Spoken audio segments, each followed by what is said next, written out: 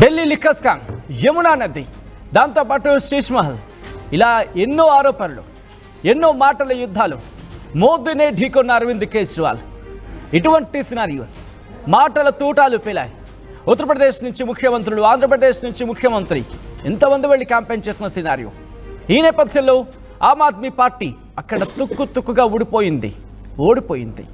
చీపురు జాడించి కొట్టింది అక్కడి నుంచి. అవును, చీపురు అక్కడి నుంచి జారుకుంది. కమలం వికసించింది. 27 ఏళ్ల తర్వాత అక్కడ హిస్టరీ రిపీట్ అయింది. భారతీయ జనతా పార్టీ ఇప్పుడు అక్కడ ప్రభుత్వాన్ని ఏర్పాటు చేయబోతోంది. మరి ముఖ్యంగా ముగ్గురు ముఖ్యమంత్రులకు సంబంధించి, అదేంటిది ముగ్గురు ముఖ్యమంత్రులు ఏంటి అనుకుంటున్నారు కదా. న్యూఢిల్లీలో అరవింద్ కేజ్రీవాల్, అలాగే షీలా దీక్షిత్ కుమారుడు కాంగ్రెస్ నుంచి, దాంతోపాటు భారతీయ జనతా పార్టీ నుంచి పరమేశ్ వర్మ. వీళ్ళు ముగ్గురికి సంబంధించి కూడా ఒకరు ముఖ్యమంత్రి కొడుకు, ఇంకొకరు ముఖ్యమంత్రి కొడుకు, ఇంకొకరు మాజీ ముఖ్యమంత్రి. వీళ్ళు ముగ్గురు పోటీ పడిన న్యూఢిల్లీలో మాజీ ముఖ్యమంత్రి అరవింద్ కేజ్రీవాల్ ఓడిపోయారు. అంతేకాదు, ఆయనతో పాటు మరికొంతమంది కూడా ఓడిపోయిన పరిస్థితి. ప్రెసెంట్ సినారియో ఏంటనేది ఒకసారి మీరు ఆన్ స్క్రీన్ చూస్తున్నారు. ఆ నెంబర్స్ వేసి చూడొచ్చు. కాంగ్రెస్కి 48 స్థానాలు, కొన్ని స్థానాలు ఆధిక్యం అంటూ కూడా ఇంకా election commission of India official data అయితే చూపించడం జరుగుతోంది. కొన్ని స్థానాలకు సంబంధించి అఫీషియల్ డేటా ప్రకారం చూసుకుంటే 37 స్థానాలు భారతీయ జనతా పార్టీ గెలిచింది. 17 స్థానాల్లో ఆమ్ ఆద్మీ పార్టీ విజయాన్ని సాధించింది. 11 స్థానాల్లో లీడ్లో ఉందంటూ కూడా ఇటు అఫీషియల్ డేటా చెబుతుంది. Election commission of India official data. Aam Aadmi Party 5 స్థానాల్లో ముందంజలో ఉందంటూ కూడా చెబుతున్నాయి. మొత్తంగా అయితే మాత్రం 48 స్థానాలు భారతీయ జనతా పార్టీకి, 22 స్థానాలు ఆమ్ ఆద్మీ పార్టీకి యాజ్ ఆఫ్ నౌ కనిపిస్తున్నాయి. ఎలా చూసుకున్నా ఇక్కడ తిమ్మిరి బొమ్మిరి అయ్యే అవకాశం లేదు. అంటే రివర్స్ అయ్యే సినారియో కనిపించట్లేదు. అంటే భారతీయ జనతా పార్టీ ప్రభుత్వాన్ని ఏర్పాటు చేయబోతోంది. పరమేశ్ వర్మ ముఖ్యమంత్రిగా ప్రమాణ స్వీకారం చేసే అవకాశం ఉందంటూ కూడా ప్రస్తుతం చర్చ జరుగుతోంది. మీరు చూడొచ్చు, భారతీయ జనతా పార్టీ శ్రేణులు సంబరాలు చేసుకుంటున్నాయి. ఇటు ఢిల్లీలో ఏ గల్లీ చూసినా ప్రస్తుతం కమల వికాసానికి సంబంధించి చర్చ జోరందుకుంటోంది. అసలు కమలం ఎలా వికసించింది? కమలం తనంతట తానుగా వికసించిందా, లేకపోతే అటు చుట్టూ ఉన్న పరిణామాలు, అంటే ప్రతికూల వాతావరణం కాస్త అనుకూలంగా మారిందా? అనుకూలంగా మారడానికి కారణాలు ఏంటి? ఇవన్నీ కూడా ప్రస్తుతం చర్చకు దారితీస్తున్నాయి.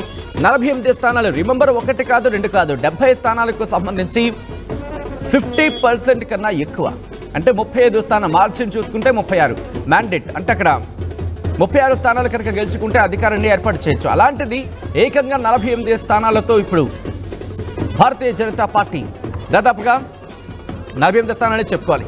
ఈ నేపథ్యంలో ఏం జరిగే అవకాశం ఉంది? అసలు ఏం జరిగే అవకాశం ఉంది అనే అంశానికన్నా, ఆ అంశానికి సంబంధించి భారతీయ జనతా పార్టీతో పాటు భారతీయ జనతా పార్టీకి సంబంధించి మాట్లాడుకునే పక్షంలో 48 స్థానాలు ఓకే, కానీ ఆమ్ ఆద్మీ పార్టీకి సంబంధించి 22 స్థానాలు ఆ పార్టీకి సంబంధించి ఎగ్జిస్టెన్సీని క్వశ్చన్ చేసుకున్న సిచ్యువేషన్. ఆ పార్టీకి సంబంధించి ఉంటుందా? ఆ పార్టీలో చీలిక రాబోతోందా? ఇవన్నీ కూడా మాట్లాడుకునే ప్రయత్నం చేద్దాం. భారతీయ జనతా పార్టీ విజయం ఇటు ఆమ్ ఆద్మీ పార్టీకి గొడ్డలి పెట్టు కాబోతోందా? ఆమ్ ఆద్మీ పార్టీ ఏమయ్యే అవకాశం ఉంది? ఆమ్ ఆద్మీ పార్టీ కనుక కాంగ్రెస్ పార్టీతో జతకట్టి వెళ్ళుంటే ఎటువంటి సినారియోస్ ఉండేది అనేది ఇప్పుడు చర్చ జరుగుతుంటుంది. ఒక్కసారి మీరు చూడొచ్చు. మరి కాసేపట్లో ఇదే అంశానికి సంబంధించి ఢిల్లీలో ఏం జరుగుతోంది, రైట్? ఒక్కసారి మీరు నెంబర్స్ చూడొచ్చు. ఆమ్ ఆద్మీ పార్టీ 22 స్థానాలకు సంబంధించి ప్రస్తుతం 22 స్థానాల్లో మాత్రం అక్కడ గెలుపొందే అవకాశాలు మరికొన్ని, ఇన్ఫాక్ట్ 22లో కొన్ని గెలుపొందిన సమయంలో కొన్ని లీడ్లో ఉన్నాయి. ఇటు భారతీయ జనతా పార్టీ ఒక్కసారి మీరు చూడొచ్చు, 70 స్థానాలు గాను 22 స్థానాలు ఆమ్ ఆద్మీ పార్టీ, 48 స్థానాల్లో భారతీయ జనతా పార్టీ విజయం సాధించింది.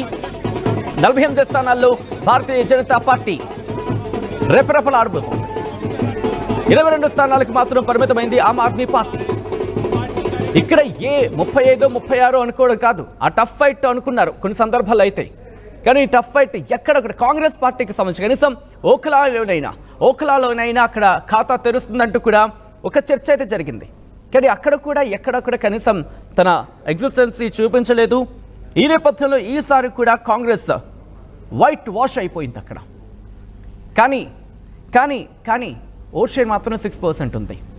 ఇదే అంశానికి సంబంధించి మాజీ మంత్రి కేటీఆర్ రియాక్ట్ అయ్యారు. కాంగ్రెస్కి సంబంధించి కూడా చెప్పుకొచ్చారు. అయితే అంతకన్నా ముందు మాజీ ముఖ్యమంత్రి ఢిల్లీ ఆమ్ ఆద్మీ పార్టీ అధినేత కేజ్రీవాల్ రియాక్ట్ అయ్యారు. ఆయన ఏమంటున్నారో చూద్దాం. नमस्कार। आज दिल्ली के चुनाव के नतीजे आए हैं और जनता का जो भी निर्णय है, जनता का जो भी फैसला है, उसे हम पूरी विनम्रता के साथ स्वीकार करते हैं। जनता का निर्णय सर माथे पर।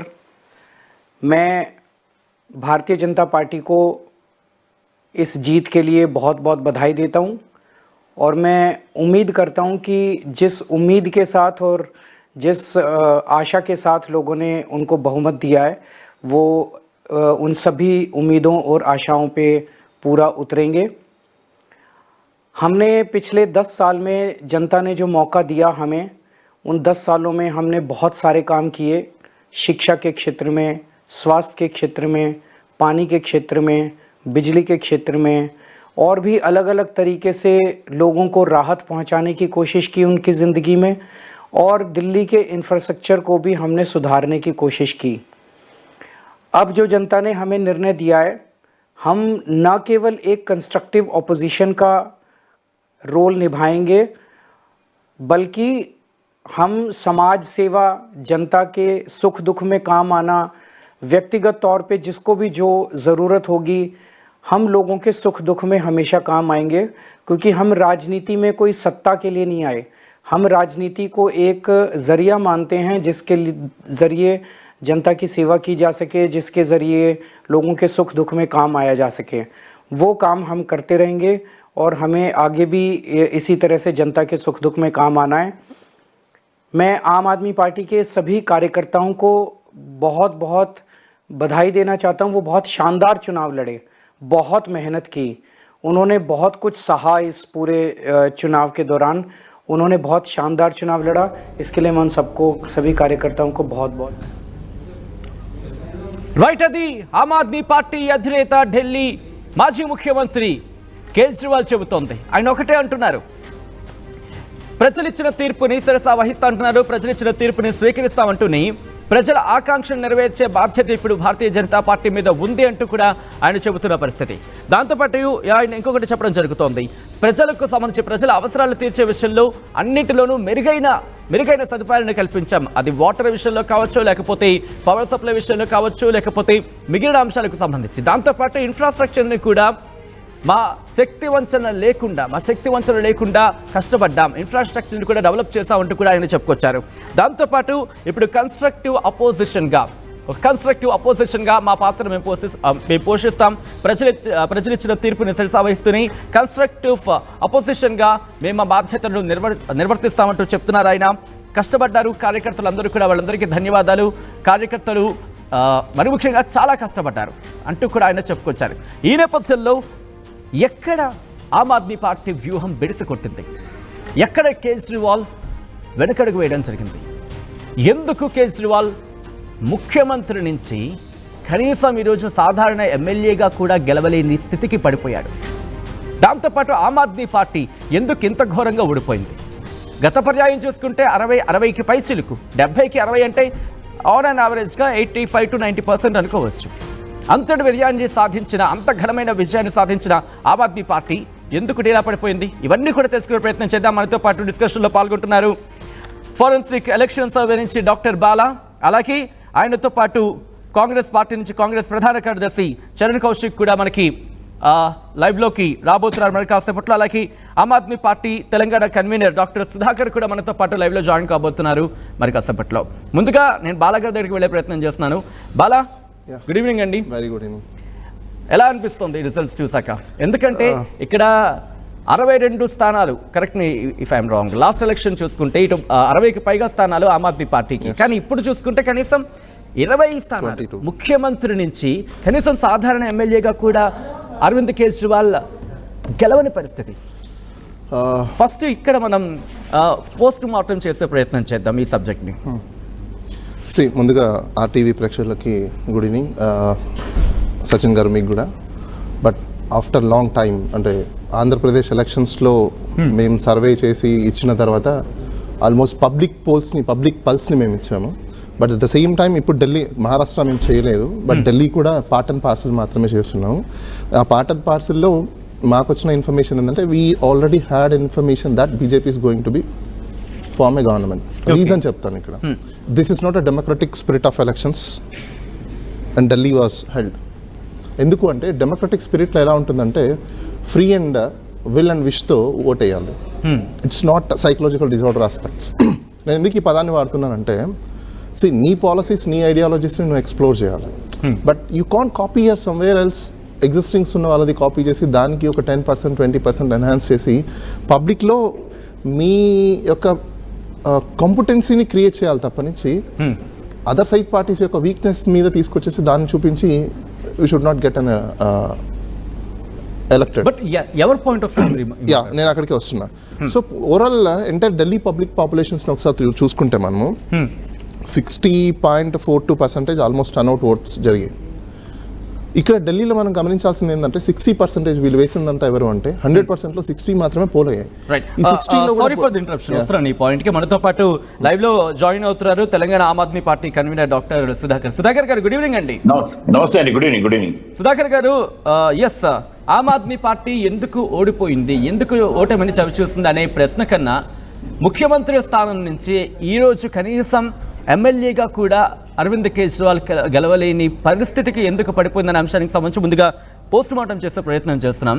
మీ దగ్గర నేను కన్ఫర్మ్గా మీ దగ్గరకు వచ్చే ప్రయత్నం చేస్తాను. అంతకన్నా ముందు ఫోరెన్సిక్ ఎలక్షన్స్ సంబంధించి డాక్టర్ బాలా మనతో పాటు లైవ్లో కంటిన్యూ అవుతున్నారు. బాలా ప్లీజ్ కంటిన్యూ అండి. సో ఈ ఆస్పెక్ట్స్లో అన్నీ ఒకసారి మనం గమనించుకుంటే అక్కడ ఇప్పటికీ కూడా రెంటల్ మీద బతికే జనాలు ఎక్కువ ఉన్నారు.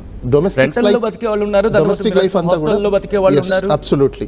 సో ఇక్కడ ఓటింగ్ పర్సంటేజ్ మనం చూసుకున్నప్పుడు అక్కడ మాక్సిమం మైగ్రెంట్స్ ఆఫ్ సెటిలర్స్ ఉన్నారు. సో ఈ మైగ్రెంట్స్ ఆఫ్ సెటిలర్స్కి అక్కడ ప్రాబ్లం ఏమైపోయిందంటే మీకు ఫీజబిలిటీస్, ఫెసిలిటీస్, ఎమ్యూనిటీస్, అలానే ఎడ్యుకేషన్, హెల్త్ ఇవన్నీ చాలా ఇంపార్టెంట్. ఒక కైండ్ ఆఫ్ స్కేర్సిటీని క్రియేట్ చేయడం ఏం జరిగిందంటే వన్స్ మీకు ఒక సీఎంని లోపల వేసిన తర్వాత సమ్ అలిగేషన్స్ మీద పబ్లిక్లో స్కేర్ సిటీ అనేది బయటకు వస్తుంది డెఫినెట్గా. ఆ స్కేర్ సిటీ 100కి 100% వర్కౌట్ అయిందని మనం ఢిల్లీలో చెప్పుకోవాల్సి వస్తుంది. ఎందుకంటే నేను ఢిల్లీలో ఆల్మోస్ట్ తిరిగిన చాలా ప్లేసెస్లో నార్త్ సైడ్ కావచ్చు, ఈస్ట్ కావచ్చు, సెంట్రల్ కావచ్చు, లేదా కొన్ని ప్లేసెస్ మీకు ఒకసారి గమనించుకుంటే కరోల్ బాగ్ అని ఒక ఏరియా ఉంది. అక్కడ చాలా లీస్ట్ పర్సంటేజ్ పోల్ అయింది. కరోల్ బాగ్, సదర్ బజారు చాలా క్రౌడ్ ఉన్న ఏరియా.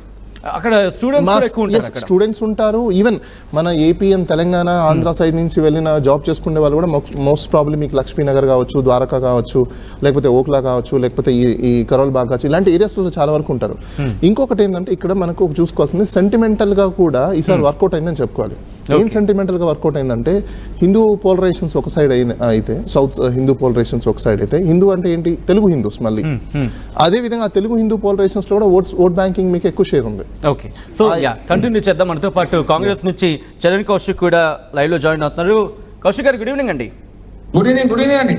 మీ దగ్గరకు వస్తాను. అంతకన్నా ముందు మనకి బాలా కంటిన్యూ అవుతున్నారు ఇదే అంశానికి సంబంధించి. బాలా గారు ప్లీజ్. సో ఇప్పుడు ఆ ఆస్పెక్ట్స్ లో తీసుకున్నప్పుడు మీకు ఏమవుతుందంటే హ్యూమన్ సైకాలజీ మీద మాత్రమే ఇది వర్కౌట్ అవుతుంది బేసిక్గా. అంటే ఇప్పుడు ఒక ఎక్స్పెక్టేషన్స్, క్రియేషన్ ఆఫ్ ఎక్స్పెక్టేషన్స్ మీదనే.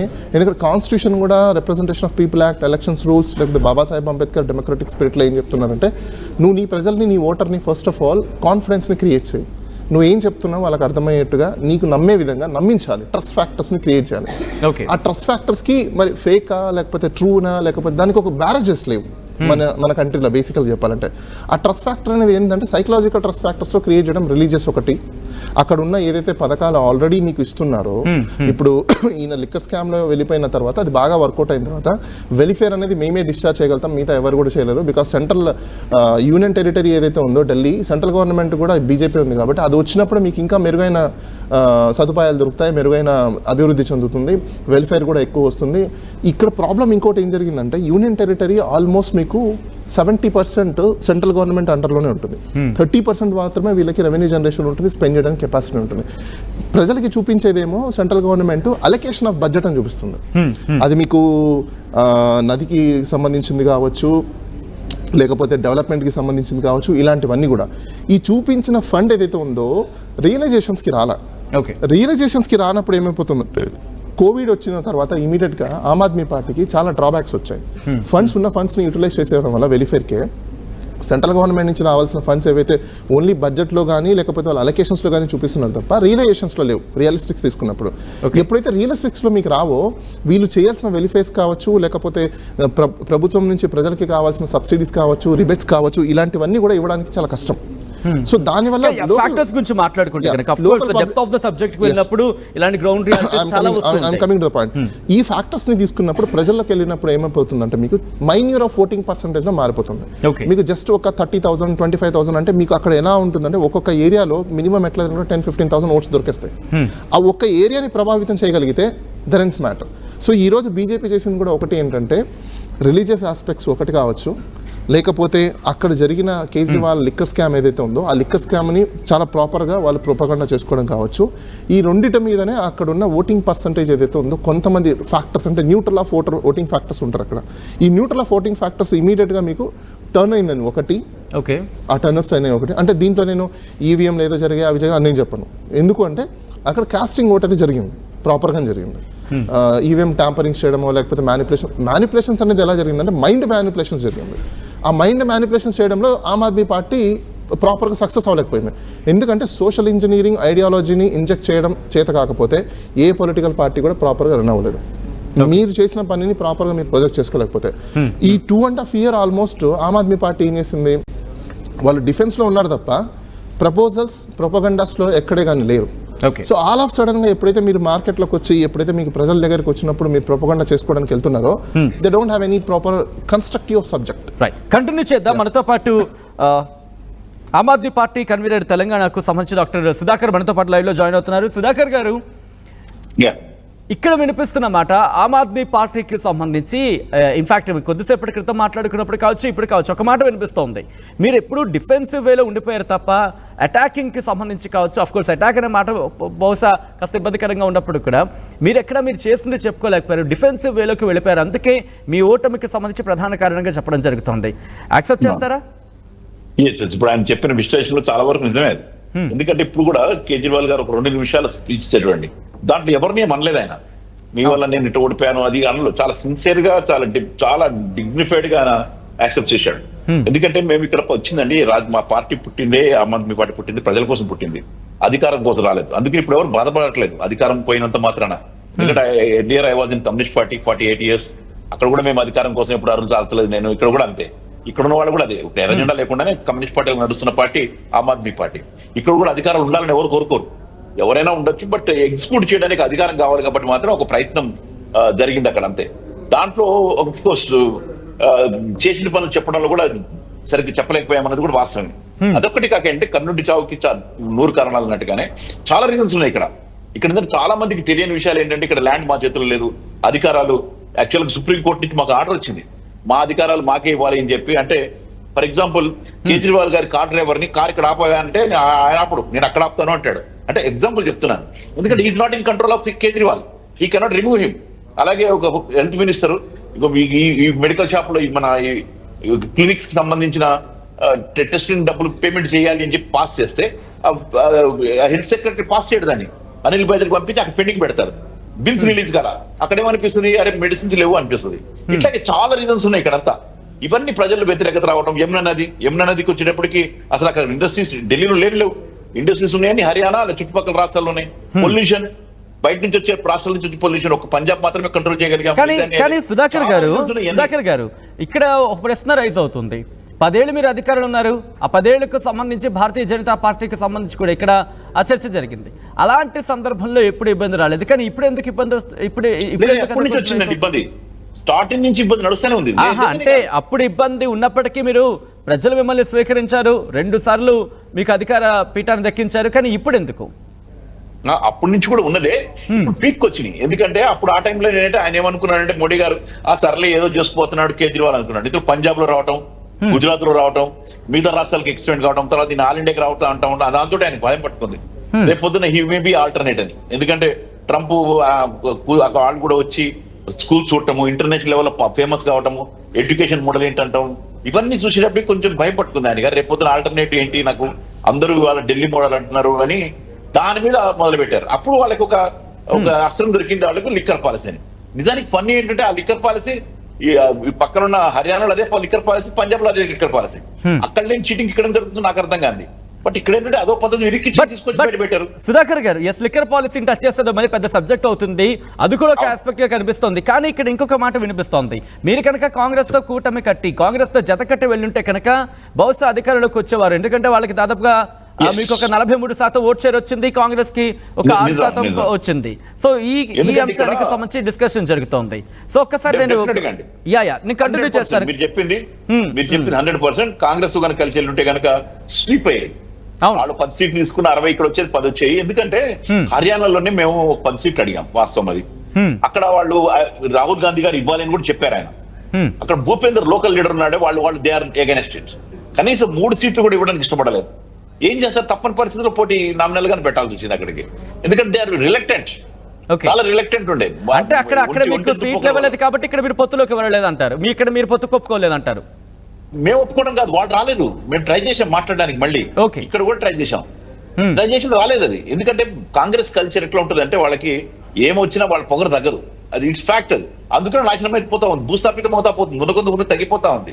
కాస్త రాహుల్ గాంధీ గారు వచ్చినారు కొద్దిగా తెలియదు అనుకుంటే కనుక, ఎందుకు రాష్ట్రంలో కానీ మొన్న నేషనల్ ఎన్నికల్లో కానీ వాళ్ళు సరిగ్గా ఉండుంటే నేషనల్ ఇంకో పార్లమెంట్ లో ఇంకో 40 సీట్లు పెరుగుండే. రైట్, చరణ్ కౌశిక్, ఆమ్ ఆద్మీ పార్టీ అంటోంది మీ తప్పిదం వల్లే మీరు ఇబ్బంది, ఇన్ఫాక్ట్ మీరు రోజుకి మీరు క్షీణించిపోతున్నారు.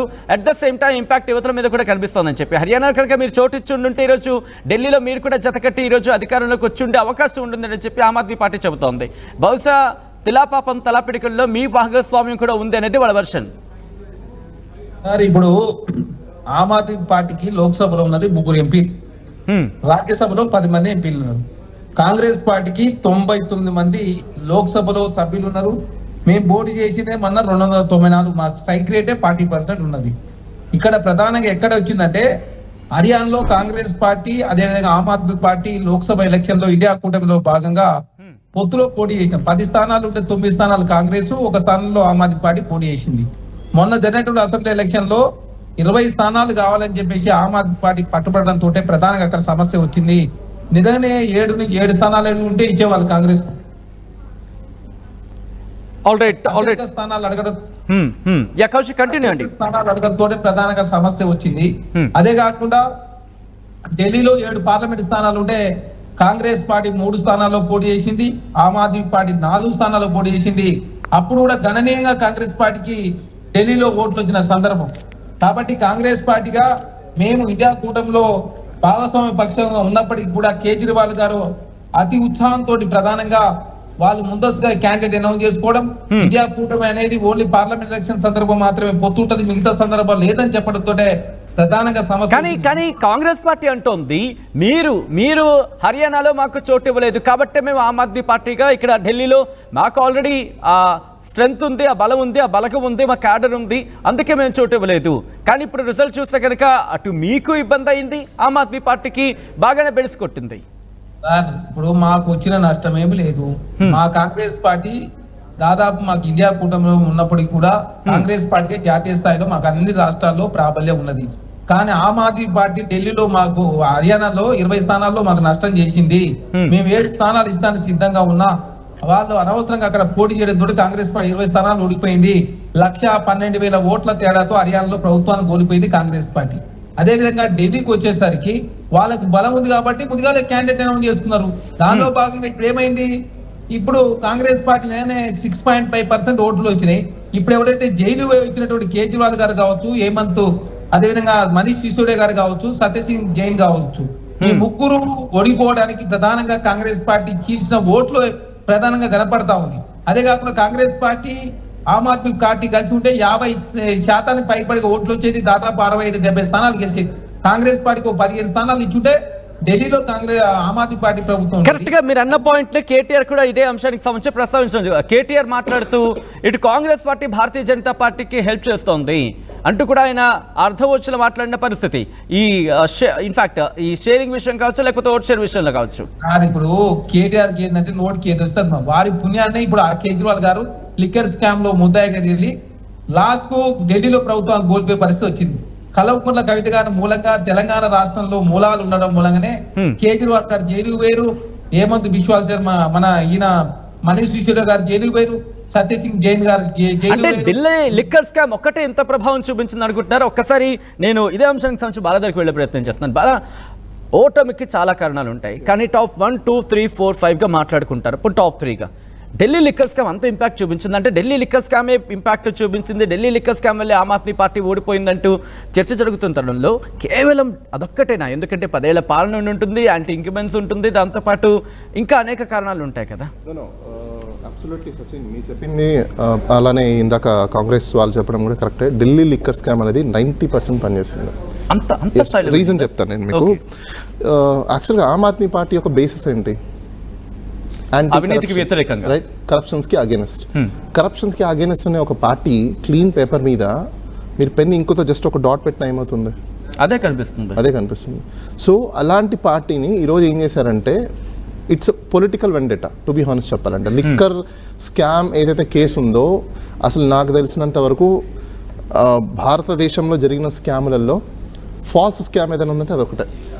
పాలసీ ఎక్స్చేంజ్లో ప్రతి గవర్నమెంట్లో, ఈవెన్ ఇప్పుడు సెంట్రల్ గవర్నమెంట్లో చేసే ప్రతి ఇన్ఫర్మేషన్ కూడా ఆ గవర్నమెంట్కి నియర్ బై ఉన్న బడీస్కే ఎక్కువ ఇన్ఫర్మేషన్ తెలుస్తుంది. సో ఇట్ మేబీ అక్కడ మనం ఏమనుకోవాలి, it is an fit pro quo అనుకోవచ్చు. ఎవ్రీవేర్ అది ప్రతి గవర్నమెంట్ జరుగుతుంది.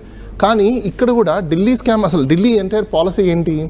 అక్కడ ఒక జోన్స్ని క్రియేట్ చేసి ఆ జోన్స్కి L1 లైసెన్స్లు ఇచ్చి, అంటే ఢిల్లీ లిక్కర్ స్కామ్ సంబంధించి ఒక డిఫరెన్స్. దాన్ని నేను చెప్తాను, ఆ లిక్కర్ స్కామ్ ఏదైతే ఉందో ఒక పెద్ద ఎత్తున మీడియాలో ఒక ప్రొపగండా చేసినప్పుడు, మనమంతా హ్యూమన్ సైకాలజీలో ఏముంటుంది?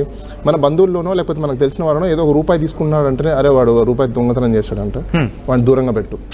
సైకలాజికల్ ఆస్పెక్ట్ అంటే ఎందుకు పెడతారు దూరంగా? ప్రతిసారి వాడు ఇంటికి వచ్చినప్పుడు మనము ఏదో స్కేర్గా చూస్తాం, ఓ వీడు ఎక్కడ డబ్బులు తీసుకుంటాడో, ఓ వీడు ఏం కొట్టేస్తాడో, వాడి మీద ఒక నిఘా పెడుతుంటాడు. పబ్లిక్ కూడా అంతే. It's a home. ఇది ఒక ఇల్లు, సమాజం అనేది ఒక ఇల్లు. ఆ ఇంటిలో నేను సత్యశీలుణ్ణి అని చెప్పేసి అని వచ్చి ఒక పార్టీని పెట్టి ఆ పార్టీని ఎస్టాబ్లిష్ చేసి ఎలక్షన్స్లో 2 times గెలిచి, పక్క రాష్ట్రాల్లో కూడా గెలిచి, ఈరోజు అదే వ్యక్తి మీద కరప్షన్ అలిగేషన్స్ వచ్చినప్పుడు పబ్లిక్ ఎలా తీసుకుంటారు? Okay, it's biggest set back for them. అంటే ఇక్కడ అంటే క్లియర్ కట్ గా చెప్పాలనుకుంటే, ఒక ఎలిగేషన్ వచ్చిన తర్వాత దాన్ని నేను తప్పు చేయలేదు అని చెప్పి ప్రజల ముందు ప్రొజెక్ట్ చేసుకోవడంలో ఆమ్ ఆద్మీ పార్టీ 100% ఫెయిల్యూర్. దాంతో పాటు వీళ్ళు ఇంకోటి ఫెయిల్యూర్ ఎక్కడంటే, వీళ్ళ లీగల్ సిస్టమ్ లో కూడా వీళ్ళు ఫెయిల్యూర్.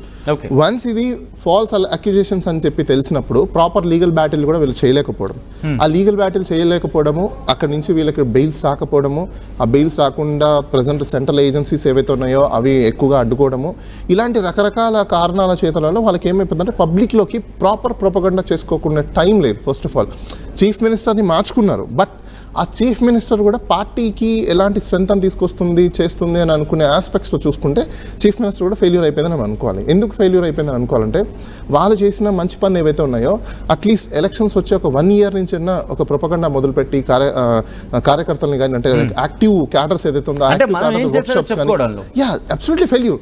ఇక్కడ ఏ మోడల్స్ తీసుకోవాలంటే ఒక 2 types ఆఫ్ మోడల్స్ తీసుకోవాలి. ఆంధ్రప్రదేశ్లో 2024లో జరిగిన వైసీపీ మోడల్ ఏదైతే ఉందో, as it is model of మనం ఈ రోజు ఆమ్ ఆద్మీ పార్టీ తీసుకోవాలి. ఎందుకంటే ఇండియాలో 70+ years వచ్చిన తర్వాత 1947 నుంచి ఈ రోజు వరకు ప్రతి పొలిటికల్ పార్టీ ప్రొపగండాస్ చేసి, ప్రామిస్ చేసి, మేనిఫెస్టోస్ ఇచ్చాయి. వెల్ఫేర్ స్కీమ్స్ని అబ్సల్యూట్గా చెప్పినట్టుగా ఎగ్జిక్యూట్ చేసిన పార్టీలు ఏవైనా ఉన్నాయంటే, ఒకటి ఆమ్ ఆద్మీ పార్టీ తీసుకోవచ్చు, ఇంకోటి వైసీపీ పార్టీ తీసుకోవచ్చు. ప్రతి పార్టీ వచ్చి ప్రామిస్ చేసి వాళ్ళకు 10% 20% వెలిఫేర్స్ని ఎగ్జిక్యూట్ చేసి ఏదో ఒక రీజన్స్ చెప్పి వెళ్ళిపోవడం తప్ప, ఆ వెలిఫేర్ చేసిన దాన్ని ప్రాపర్గా చెప్పుకోలేకపోవడంలో ఆమ్ ఆద్మీ పార్టీ 90% ఫెయిల్యూర్ అయిపోయిందని మనం చెప్పాలి. ఎందుకంటే గత 2 years నుంచి మనం ఒకసారి అబ్జర్వ్ చేసుకుంటే, నాకు తెలిసినంత వరకు అక్కడ ఉన్న మెయిన్ ఏరియాస్ నేను ఒకసారి మీకు చెప్తాను. North Delhi, north west Delhi, north east Delhi, west Delhi, central Delhi, east Delhi, south west Delhi, south east Delhi, New Delhi, Shahdara. So ఇక్కడ 60.54% ఈసారి ఓట్ టర్న్అప్ అయితే, లాస్ట్లో మీకు 62.59 అంటే 2020లో ప్రతి ఏరియాలో కూడా మీకు ఓటింగ్ షేర్ అనేది డౌన్ అయింది. ఎందుకు డౌన్ అయిందంటే టెక్నికల్ ఆస్పెక్ట్స్ చాలా ఉన్నాయి ఇక్కడ. మీకు ఏదైతే అక్కడ పబ్లిక్ ఎక్కువ, మనం ఇందాక అనుకున్నాం డొమెస్టిక్ లైఫ్ అక్కడ ఎవరు ఉంటే మాక్సిమం మీకు అక్కడ మైగ్రెంట్స్ ఎక్కువ ఉంటారు. అక్కడ ఓటింగ్ వచ్చిన వాళ్ళు, ఓట్ వేయాలనుకునే వాళ్ళు ఓట్స్ అన్ని డిలీట్ అయిపోవడము, యాడ్ ఆన్ ఓట్స్ ఏవైతే ఉన్నాయో న్యూ ఓట్స్ యాక్టివ్ అవ్వడము. ఈ యాక్టివ్ అయిన ఓట్స్ అన్ని ఎక్కడివి అంటే, ఈ ఢిల్లీకి చుట్టుపక్కల ఉన్న బీజేపీ అనే ఏదైతే ఉందో ఆ ఓటింగ్స్ మొత్తం అంతా డంప్ అప్ అయ్యాయి. అక్కడ మీకు 10 to 15 lakhs ఎప్పుడైతే ఓట్లు డంపప్ అయిపోయి ఉంటాయో ఆ 10 to 15 lakhs ని మీరు డివైడెడ్ బై 70 వేసుకున్నప్పుడు ప్రతి ఒక్కరికి కూడా మీకు 5 to 10,000 విన్నింగ్ అయ్యేదానికి స్కోప్ ఉంటుంది. అంటే ఆమ్ ఆద్మీ పార్టీ గెలిచే ప్రతి చోట కూడా 5,000 ఓట్లు వచ్చి తేడా వచ్చిన కూడా ఇట్స్ ఎనఫ్. సో ఆ స్ట్రాటజీలలో బీజేపీ ఈరోజు ఇండియా వైడ్ కూడా వాళ్ళు వేసుకునే ప్లాన్స్ కావచ్చు, లేకపోతే సర్వే ఏజెన్సీస్తో వాళ్ళు పెట్టుకొని పనిచేసే విధానం కావచ్చు, ఎలక్ట్రల్ సిస్టమ్ని వాళ్ళు వాడే సాఫ్ట్వేర్ కావచ్చు, ఇవన్నీ కూడా బీజేపీ పార్టీకి ఇప్పుడున్న ఒక అడ్వాంటేజ్ అనుకోవాలి.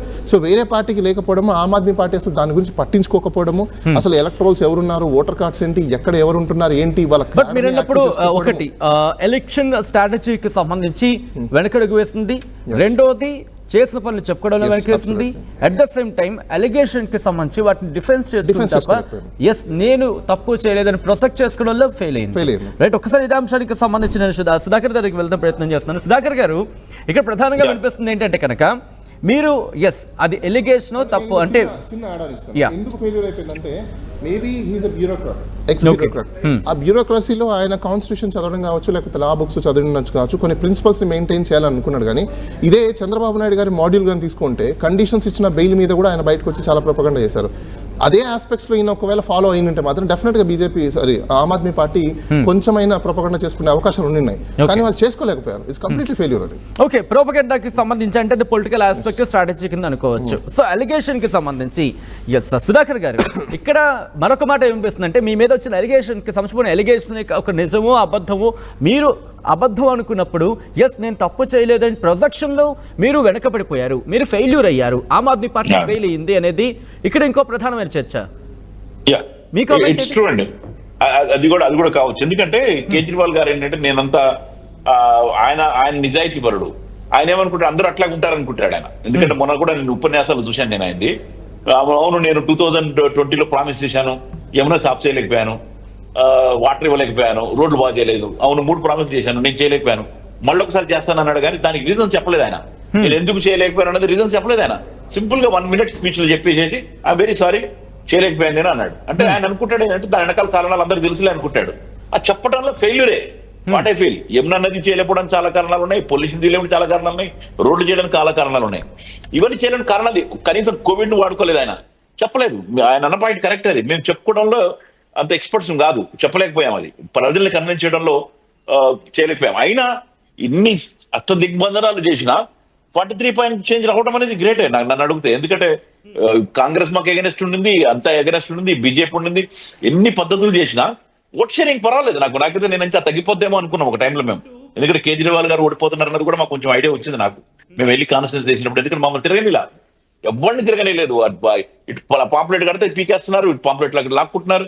ఉండే డబ్బులు తక్కువ, మాకు ఉన్న వాటిని కూడా లాక్కుంటా ఉన్నారు. తిరగనీయలేదు సరిగా, పర్మిషన్స్ లేవంటారు, ఎక్కడ పోయినా ఏం చేస్తారు, పైన స్వీష్ మహల్ అంటారు. స్వీష్ మహల్లో గాజులు అద్దాలే లేవు, అక్కడ లేని చోట ఉన్నాయని చెప్పి చెప్తారు. మేము మీడియాని పట్టుకుపోతే ఆ మీడియాని ఆపేశారు పోలీసు వాళ్ళు. మొన్న ఎవరో ఒక ఆయన డిబేట్ లో అంటాడు, పెద్ద లీడర్ మరి బీజేపీ ఆయన, ఆ పోలీసు ఎట్లా ఆపుద్దా మీరే కదా అంటాడు. మాది కాదు కదా police, it is belong to the central government. వాళ్ళు ఆపారు లోపలికి వెళ్ళనీయకుండా. ఏం చేస్తాం, మీడియా తీసుకెళ్ళమని, మీరు వీడియో పెట్టచ్చు కదా అంటాడు. నేను పెడతాను వీడియో, బ్రహ్మాండమైన వీడియో, బాగలేదని పెడతాను. అదెందుకు, నేను పబ్లిక్ లో తీసుకెళ్తానని చెప్పాను కదా. పొలిటికల్ స్ట్రాటజీ, ఎందుకంటే బాలా అన్నట్టు బ్యూరోక్రసీ వేరు అండ్ పాలిటిక్స్ వేరు, రాజకీయం వేరు, బ్యూరోక్రసీ వేరు. బస్ ఒక బ్యూరోక్రాట్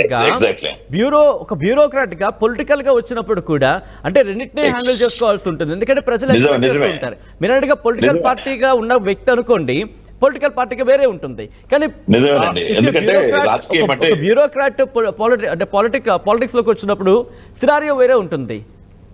నిజమే, రాజకీయం అంటే ఇంతకుముందు ఏదో సినిమాలు చూసాయో చెప్తారు, రా అంటే రాక్షసుడు, జా అంటే జరాసంధుడు, కీ అంటే కిచ్చుకుడు, యా అంటే యమధర్మరాజు. అంత రాజకీయం ఆడాలి.